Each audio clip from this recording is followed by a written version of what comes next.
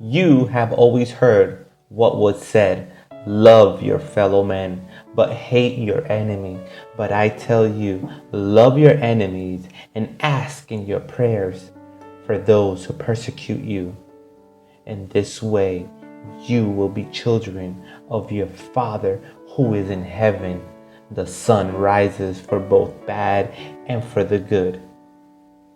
And may the rain fall, both for the just and for the unjust. If you only love those who love you, do you think you deserve any reward for that? Even tax collectors love their friends. And if you are just being nice to your friends, do you think they are going to do something out of the ordinary? Even those who do not know God are like that. How difficult to let the offensive pass, right? That is marked by a certain pride that we have, in which we think that by behaving well, we do not deserve to be rewarded in a bad way. No one prepares for the bad. We are always hoping that good things happen to us. And when we give because we think that's what we should always receive is good. But what happens when there are people who do not pay us well? What happens when someone offends us and belongs to the family? What happens when someone hurts our feelings? First, we think that we do not deserve them. And second, we think that these people are the worst. We judge their lives, and we do not remember that at some point we in the past went through that. And it was we who offended, who we hurt, those of us who hit someone. How easy we forget what we did and how quickly we remember what they did to us. Someone will be thinking, oops, Pastor, what harsh words. No, it's not like that, because you've locked yourself away in what they did to you, and you forgot what you did. And if you are to think first, how many did you hit first before you were hit? And those who hit you, God forgave you. Then you will start to see things from another perspective and say, if I was loved, if I was forgiven, how many times have I failed? That makes me think that if someone fails me, I can't forgive him, I cannot speak to him. I will simply take the place of God. I am going to take the place of the judge who applies justice, a justice that is based on what I consider to be done, or is really based on love. How many times have we said to God, Lord, do justice? We ask you, Lord, I ask you for so and so. Look at what he did to me. Do your justice, Lord. Judge yourself. And we believe that the heavens are going to open, and God is going to descend from the heaven, and he is going to send him a ray from heaven that splits in two. You know something? That justice of God does not work that way. Unfortunately, our justice is subject to what we consider. And what we consider, what we think in our heart, is subject to the pride that we carry.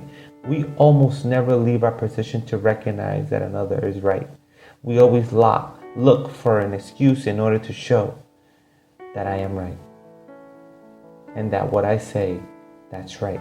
A pride that is ending us and is destroying your children, your wife, your husband, the most precious thing that the Lord gave you. For what? So that in the end you're finished with your hands on your head, alone, and you think that later it will be too late if I am reaching you with these words. It's because God put them in my mouth to tell you, I do not know where you are or what you're doing right now, but I want to remind you that God loves you, and he has shown his love. First, he gave his only son for you. Second, today you have life, because with all your failures, your defects, your mistakes, with all the pain that is in your heart, perhaps God would have decided and would have said, you are not going to live anymore. This is where you come. But no, today you are alive and awake for love. And if God has loved us so much, who are we to condemn others? Always remember that before being offended, you offended someone. And do not come to say that it's not like that, because you have always behaved well. How much have you twisted your eyes? How many have you killed in your mind? How many have you given a word that they have hit like two stones in the face? How much have you been rude to people? How many have you told a lie to? How many have you stopped obeying? How many have you talked about behind their backs? Do you realize? And now you make yourself the victim? Perhaps you are the victim now, but at some point or another, it was your victim. And precisely, Jesus tells us about this in a part of the Bible. He tells us, do not judge, so that you are not judged in the same way. And now you are expressing an important teaching to us, which is very contrary to what this world teaches. And this world teaches love. Those who love you, simply love those who love you. Those who behave well with you, love them. But Jesus says, what benefit are you going to get? What reward are you going to have if you love those who love you? True love is noticeable when you begin to love those who do not love you or are against you. And that love, that is God in us. That love transforms. But do you imagine God with each lash that Jesus was given, the pain in his heart would have filled the place with lightning and sparks, and would have taken Jesus and would have said, you do not deserve to live. Every time I think about the sacrifice on the cross, my heart fills with pain because we did not deserve to live. And perhaps you are thinking, that happened more than 2,000 years ago. Now I am not finished with Jesus. But how many times have you defamed God's name? How many times have you doubted? How many times have you had disbelief? How many times have you removed God from the first in your life? How many times have we failed God? It is as if we repeat the story. We take Jesus to the cross, although he died only once for all time. But how many blows have we thrown at God? And he continues to have his great love for us.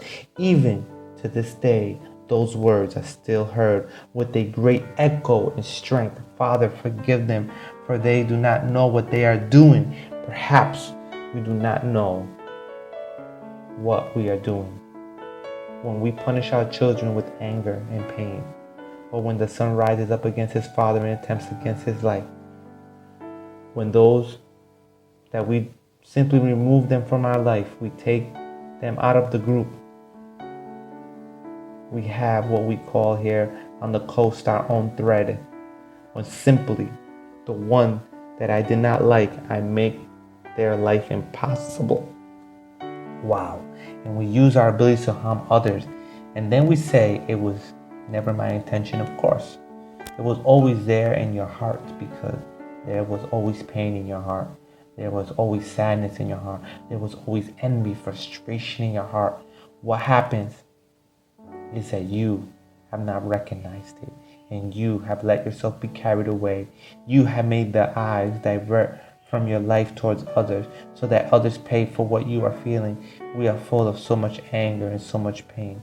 We think the justice of God is another to destroy, and when another does not do well to us, we deny him a glass of water, and we say, just as you denied it to me, I am going to deny it to you, so that you know what it feels like. And when you know what happened to someone else, we say, it's not that I am happy, but it feels cool. I ask you, do you imagine God in the position of us? That rapist, the one who did something wrong, and the one who spoke to me badly, the one who slandered me. Now he is in the hospital bed. He does not give me joy, but I feel a little cold. Imagine God saying, feel a little cool because now you have cancer. I feel a little cool now. His great love does not accept hatred. If we say that we have God, if we are so devoted to God because we humble, because we envy, because we hate, when the true love of God must operate in us, we become religious. Pharisees, religious, who throw stones and judge everyone simply because they do not sin like us. And we do not have the true love of God enough to love, to give a hug to the one who has stabbed us in the back, to be able to hug him, the one who has spoken about us. We can say, he blessed you. And the one who at the same point hurt us, now that he is in need, to be able to give him life and hope. I think he arrived. The moment of thinking. It is sad to see families destroyed for things that are not worth it, nor does it make sense. Such as for a little money, they kill each other. For a little money, they forget that they are brothers. For a little money, they forget that's with family. We simply keep that resentment in our hearts because then, if they did it to me, then I am not going to bend my arm. And because of the pride that we carry, we say that we have God in our hearts. And so much pride to say that they ask for forgiveness and not from them. Jesus said, this has to be different. If you want to be blessed by God, if you really want to be called yourself child of God or children of the Lord, you must be different, starting from the family we criticize, all because look at how he behaves, so and so, look how he does it, look at this, it is not fair. Let's make a stop. Have you looked at yourself in the mirror? And have you asked yourself, is it just what you are doing with your family? Why do you judge others? Why don't you start evaluating what you are doing? Is it the right thing to do? I know you want to stop this audio and not continue listening, but if God is speaking to you, it's because he loves you, so that in the end you don't end up destroyed.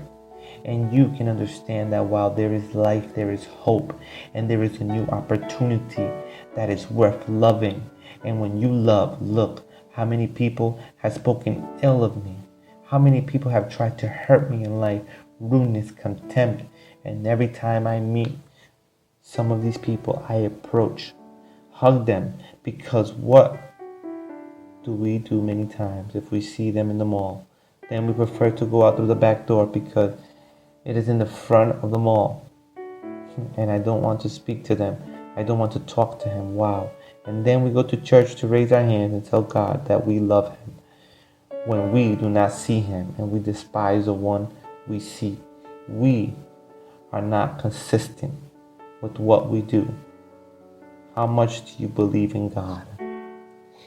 If you are not willing to love and forgive, we totally contradict ourselves, because if God is love, then in what God we are believing? If God is love, then in what God are we believing? We need to be transformed into the true love of the Lord. Love your enemies. Pray for those who curse you. And in the end, you will have gained many lives. And also in the end, you will have peace in your heart, because all the time you will be calm. You will be able to rest. You will be confident because God is on your side.